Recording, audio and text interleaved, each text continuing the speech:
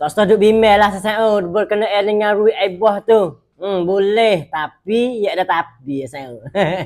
Dah jadi hari ni saya lepas ada anak anu tim tu yuk sepa tu ataupun bubar perliman orang panggil dalam bahasa Melayu kita wasa kena dah kita baca sana. Jadi lepas pada tu bakal bimbang berkenaan dengan Rui Aibah. Yang pertama, yang keduanya Kerongkang Kelakang phase 2, yang ketiganya apa ni daftar nama Bak Sawadikah Hengrat tu sana. Tu jadi maklumat cari belakang dah sama. Kita pun cari saat ni sama tahu duk makan nasi pagi dah boleh asal kita duk cari maklumat dah boleh. Gitu asal. Lepas tu nak kongsi dengan saya lah. Kalau saya mana ada maklumat boleh kita kongsi bawah komen kita asal. Tapi kita wasa kita cari maklumat ni hak tentu dah asal. Gitu asal. Yang pertamanya kita nak ayat lagu ni asal. Hak mana kata apa ni Rui Aibah tu asal. Mula-mula kita nak tahu gini dulu. Lepas pada yuk cepat tu nak tahu kata kerongkang atau projek hak nak teban hak tok lolo ni asal. Masuk lagi kromo, lepas lagi dalam kromo tu. Pecum kromo tu asal dah. Lepas tu bila hak mana lepas dah, hak mana ada maksiat dah, makna kata kerongkang hak tu kena jalan teguh. Jalan teguh. Tapi hak mana tak ada alumat lagi. Makna kerongkang hak tu kena berhenti lah, kena stop dulu asal. Lepas tu kerongkang mana tik hak lepas dah, lepas tu hak tak ada lepas lagi. Jawab mudah-mudah asal dah. Kerongkang hak dua tu, projek hak dua tu sepengang Kerongkang Kelakang 1 dan juga Kerongkang Sawadikah Hengrat tu asal dah. Tak ada lumak lagi nguk peramal dia tu. Hak ni kita kena stop dulu. Mengikut luat Cak Hai pun dia kata stop dulu. Lepas tu mengikut apa ni banyak-banyak page lagi dia kata stop dulu, tak ada dah hak ni. Kerongkang Kelakang phase 2 dengan Kerongkang Bak Sawadikah Hengrat. Manakala apa ni Rui Aibah pula asal dah. Rui Aibah ni asal dah mengikut Kamnan Com Cayawat Nukmat asal dah. Jadi pada seorang Kamnan dah dia kata dah. Namanya Kamnan Com Cayawat asal. Dia kata lagu ni asal dah.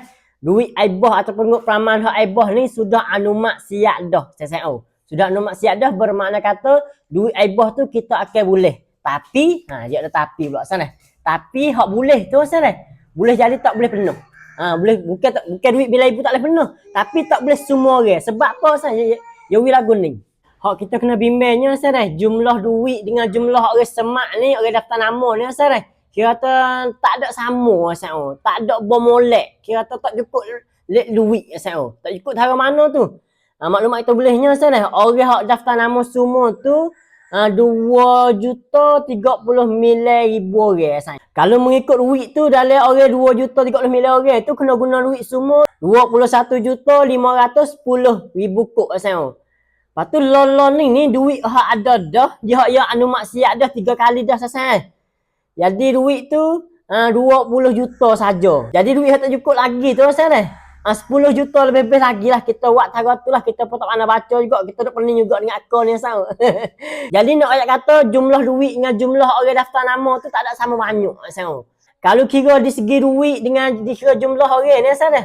Orang yang tak ada duit ataupun orang yang tak ada hak asal dah.